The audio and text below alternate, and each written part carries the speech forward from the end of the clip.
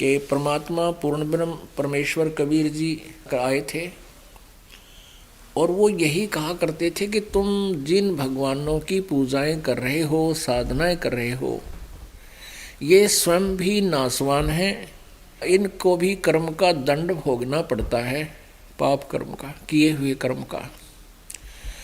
शुभ और अशुभ ये भी आप जी की तरह ही भोगते हैं। इनके प्रारब्ध में जो कष्ट होता है वो भोगना ही पड़ता है। फिर ये आप जी के कष्ट का निवारण कैसे कर सकते हैं? उदाहरणार्थ, जैसे नारद जी ने श्राप दिया था विष्णु जी को, जिसमें नारद जी विवाह कराने के इच्छा से और श्री भगवान विष्णु का रूप मांगा था, हरि रूप मांगा था। विष्णु जी ने उसको दे दिया, वे ठीक है तुझे तथास्तु हरि रूप दे दिया। बंदर का रूप बन गया। संस्कृत में हरि बंदर को भी कहते हैं। जिस कारण से जब पता चला नारद जी को कि तेरा रूप बंदर का बना दिया विष्णु जी ने, तो उसने श्राप दे दिया। नारद जी ने श्राप दे दिया कि आज मैं अपनी एक पत्नी प्राप्ति के लिए, मैं जो मुझे वियोग है, मुझे दुख है, वियोग का दुख है, और तूने मेरे साथ ये अभद्र मजाक किया है, तू भी एक जीवन अपनी पत्नी के वियोग में बितावेगा, तेरा और तेरी पत्नी का कभी मिलन नहीं होगा।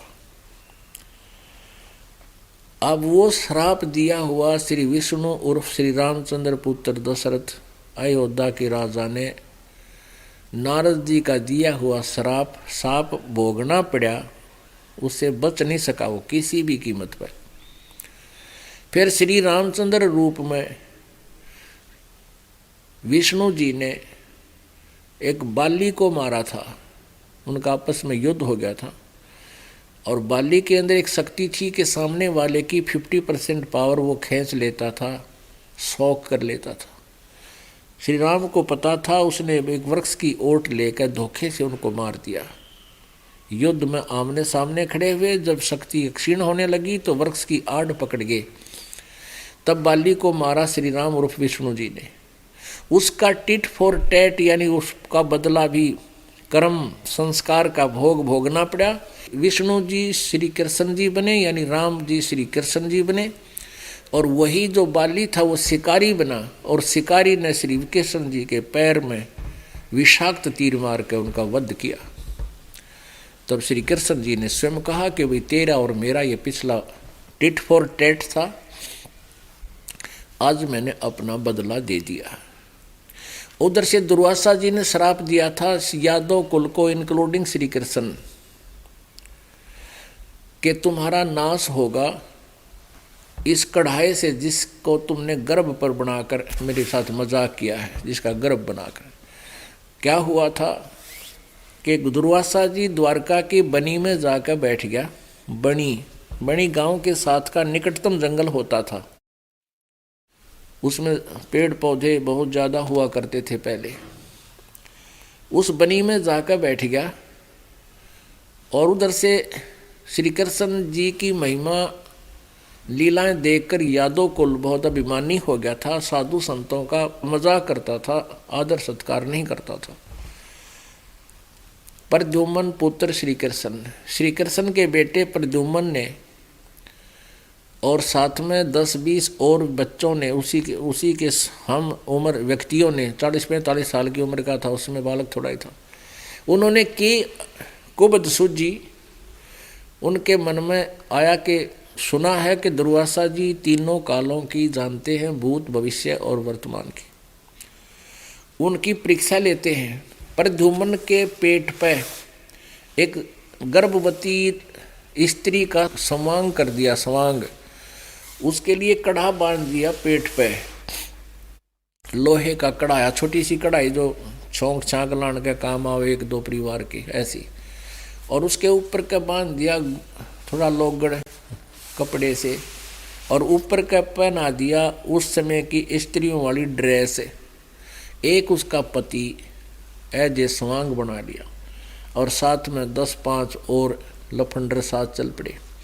दुर्वासा जी से पूछा कि हे रिसीवर, इन दोनों की शादी को बहुत समय हो गया था, अब परमात्मा की कृपा से इसको गर्भ रहा, इसकी पत्नी है, ये उतावले हो रहे हैं, ये जानना चाहते हैं आप जी से कि इनके गर्भ से क्या उत्पन्न होगा, लड़का होगा या लड़की।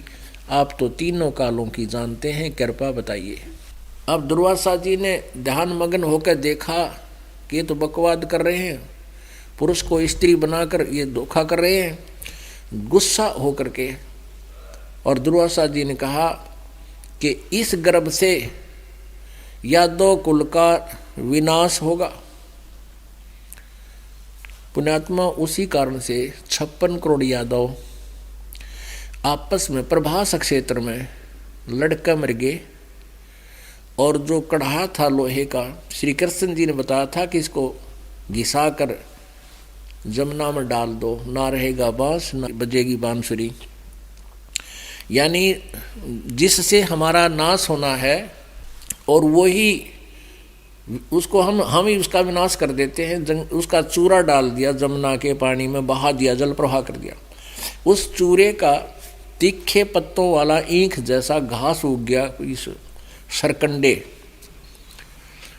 और उनके इतने तेज पत्ते हो गए जैसे कुसा देखी होगी, डाब जिसने बोला, उसके पत्ते बहुत तेज होते हैं और उंगली का जरा सा लग जाए ना, टपेटा लाकर खींचना चाहो तो काट देवा, और उससे भी तेज धार के तलवार के से पत्ते हो गए। और श्री कृष्ण जी ने बताया था कि तुम्हारा दुर्वासा जी का दिया हुआ श्राप नष्ट हो जाएगा, तुम जमुना में स्नान करके आओ। सभी नर यादव नवजात शिशुओं को भी ले गए श्राप उतारने के उद्देश्य से कि जल में नहाएंगे, जमुना में नहाने से हमारा श्राप उतर जाएगा। प्रभास क्षेत्र विशेष स्थान बताया जहां पर वो चूरा डाला था, वो चूरे के सरकंडे हो गए। तो उस आपस में वहां जाकर वो लड़ पड़े और लड़ते लड़ते सरकंडे निकालने और एक दूसरे को मारे। वो गर्दन पर मारे, तलवार का काम करे, गर्दन धड़ से अलग हो जाए। 56 करोड़ यादव कटका मर गए। श्री कृष्ण जी भी मारा गया उसी के श्राप से।